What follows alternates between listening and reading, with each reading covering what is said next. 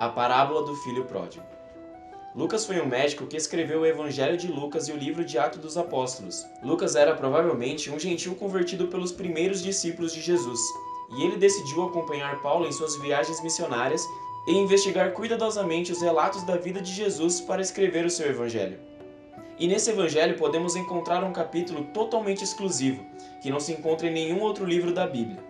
Lucas 15. No versículo 1 e 2, Lucas começa nos contando que publicanos e pecadores se reuniram para ouvir a Jesus. Os publicanos nada mais eram do que cobradores de impostos do Império Romano, que eram totalmente desprezados pelo povo porque muitos eram corruptos. Ou seja, pessoas de má reputação que não eram vistas com bons olhos pela sociedade estavam se reunindo com Jesus. Dito isso, o versículo 2 nos mostra que fariseus e líderes religiosos ficaram incomodados com essa situação e criticaram Jesus por receber pecadores e por comer com eles. Jesus se viu em meio a publicanos e fariseus, mas cheio de sabedoria, contou a eles 3 parábolas. Mas agora vamos fazer um pequeno salto e ir para o versículo 11 em diante. Prometo que depois eu volto a falar sobre os versículos anteriores. Jesus contou a eles uma história. Um homem tinha 2 filhos. O mais novo deles pediu a sua parte da herança por direito ao seu pai. O pai então dividiu seus bens entre os filhos e não muito tempo depois, o filho arrumou as suas coisas, pegou a sua parte da herança e foi morar em uma região distante. A Bíblia nos conta que lá ele desperdiçou tudo o que tinha vivendo de uma forma irresponsável. E quando já não tinha mais dinheiro, sobreveio naquele lugar uma grande seca que devastou a região. E então ele começou a passar por necessidades. Um cidadão daquele lugar o contratou para cuidar de porcos, mas ele chegou a passar tanta fome, mas tanta fome que sentiu vontade de comer a lavagem que os porcos comiam.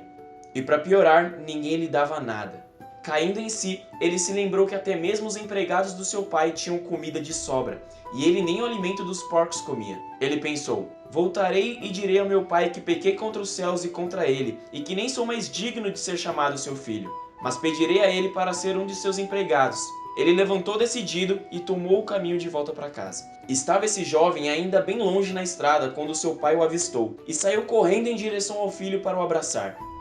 O filho começou aquele discurso de: pai, pequei contra o céu e contra ti, não mereço ser chamado de seu filho. Mas o pai nem quis escutar e mandou seus empregados prepararem uma festa para ele, vestir ele com as melhores roupas, com sandálias e até entregarem a ele o anel da família. E a Bíblia nos conta que o pai disse assim: meu filho estava morto, mas voltou à vida. Estava perdido, mas foi achado. Vamos comemorar o seu retorno. Mas enquanto tudo isso acontecia, o filho mais velho estava no campo trabalhando. E quando ele voltou para casa, perguntou a um dos empregados: que som de música e de dança é esse? O empregado contou a ele a novidade sobre seu irmão, e que seu pai estava tão feliz em vê-lo são e salvo que mandou fazer essa festa.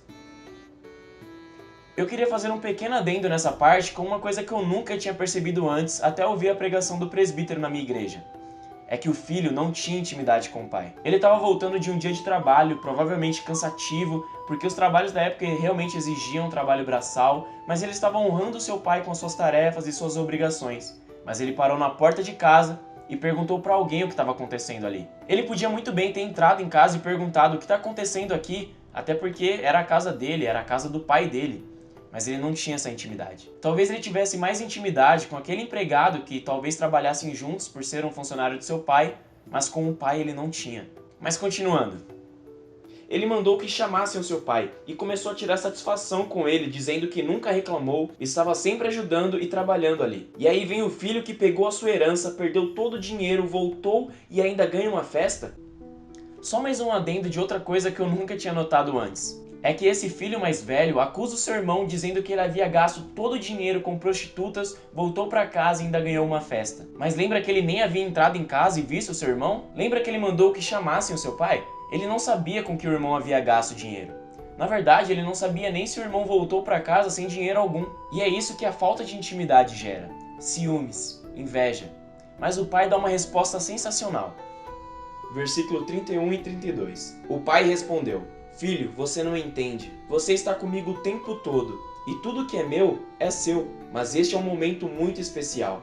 Precisamos celebrar. Seu irmão estava morto, mas agora está vivo. Ele estava perdido, mas foi achado. E é nesse ponto que eu volto àqueles versículos que eu tinha pulado. Lembra que eu prometi? Jesus conta outras 2 parábolas antes dessa do filho pródigo para aquelas pessoas. Jesus pede para eles imaginarem que tem 100 ovelhas ou 10 moedas, e se perdessem uma, não iriam atrás da que se perdeu? E que quando achassem, não iria chamar os amigos e vizinhos para comemorar? E esse é o ponto-chave desse vídeo, o versículo 7 e o versículo 10.